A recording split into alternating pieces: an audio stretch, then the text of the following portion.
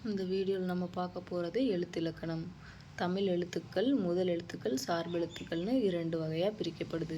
அதில் முதல் எழுத்துக்கள் உயிரெழுத்து மெய்யெழுத்துன்னு 2 வகையாக பிரிக்கப்படுது. இப்போ உயிரெழுத்துன்னு பார்த்தோன்னா உயிரெழுத்துக்கள் மொத்தம் 12, மெய்யெழுத்துக்கள் 18. உயிர்மெய் எழுத்துக்கள் அப்படின்னு பார்த்தோன்னா உயிரெழுத்துக்கள் 12 மெய்யெழுத்துக்கள் 18 சேர்ந்து உருவாகிற எழுத்துக்கள் 216. இந்த 216 எழுத்துக்களும் உயிர்மெய் எழுத்துக்கள்னு அழைக்கப்படுது. ஆயுத எழுத்து 1, அது அக்கு. அக்குன்றது தான் ஆயுத எழுத்து.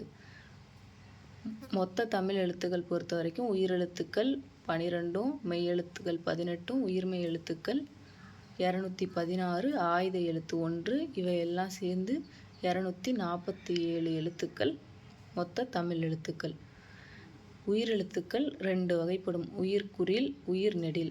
உயிர்க்குறில் பொறுத்த வரைக்கும் சத்தம் கம்மியாக வரக்கூடிய எழுத்துக்கள், அதாவது ஆ, இ, உ, ஏ, ஓ ஆகிய 5 எழுத்துக்களும் உயிர்க்குறில் எழுத்துக்கள்னு அழைக்கப்படுது.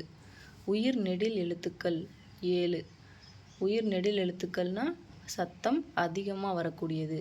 ஆ, இ, உ, ஏ, ஐ, ஓ, ஔ.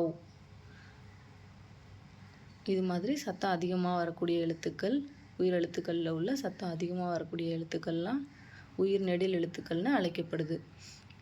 அடுத்து மெய் எழுத்துக்கள்.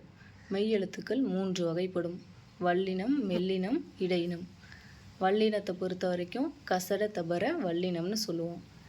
க, ச, ட, த, ப, ர இந்த 6 எழுத்துக்களும் வல்லினம்.